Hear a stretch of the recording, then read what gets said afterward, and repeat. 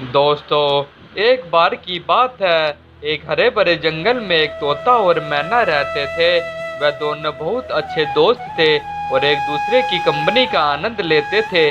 तोता बहुत रंगीन था, चमकीले हरे पंख और एक लंबी घुमावदार चोंच थी।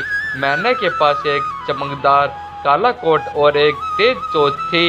एक दिन जब तोता और मैना जंगल में खेल रहे थे तो उसने इस बात को लेकर बहस हो गई कि उसमें से कौन अधिक बुद्धिमान है। तोते ने दावा किया कि वह जंगल का सबसे चतुर पक्षी है, क्योंकि वह मानव भाषण की नकल कर सकता था और उसकी शब्दावली बहुत बड़ी थी। दूसरी ओर मैना ने तर्क दिया कि वह होशियार है, क्योंकि उसके पास उत्कृष्ट समस्या समाधान कौशल था और वह सबसे चुनौतीपूर्ण परिस्थितियों में भी भोजन पा सकती थी। अपने तर्क को निपटाने के लिए उन्होंने एक प्रतियोगिता आयोजन करने का निर्णय लिया। पहला काम था ऐसी जगह खाना ढूंढना जहाँ कुछ भी ना हो। तोता इंसानों की आवाज की नकल करने लगा, इस उम्मीद में कि कोई आकर उसे कुछ खाना दे दे। लेकिन जैसे जैसे समय बीतता गया, कोई नहीं आया और तोता भूखा रह गया।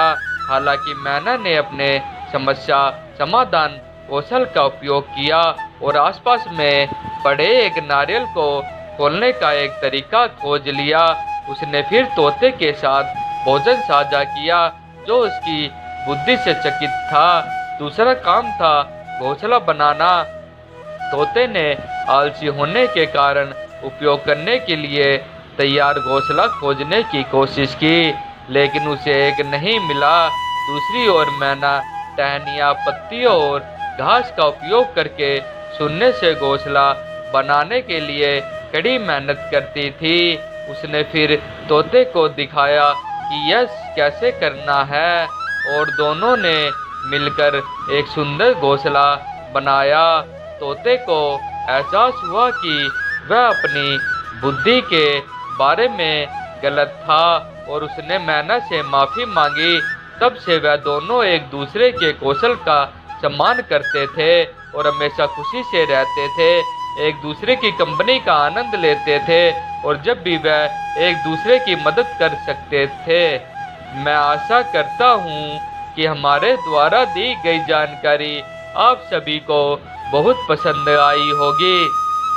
हमारे इस पोस्ट को अपने फेसबुक, व्हाट्सएप, इंस्टाग्राम पर ज़रूर शेयर करें। हमारे ब्लॉग को like, share, comment and subscribe ज़रूर करें, ताकि हमारे लेटेस्ट पोस्ट और नोटिफिकेशन प्राप्त हो सके।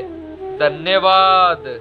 आपका दिन मंगलमय।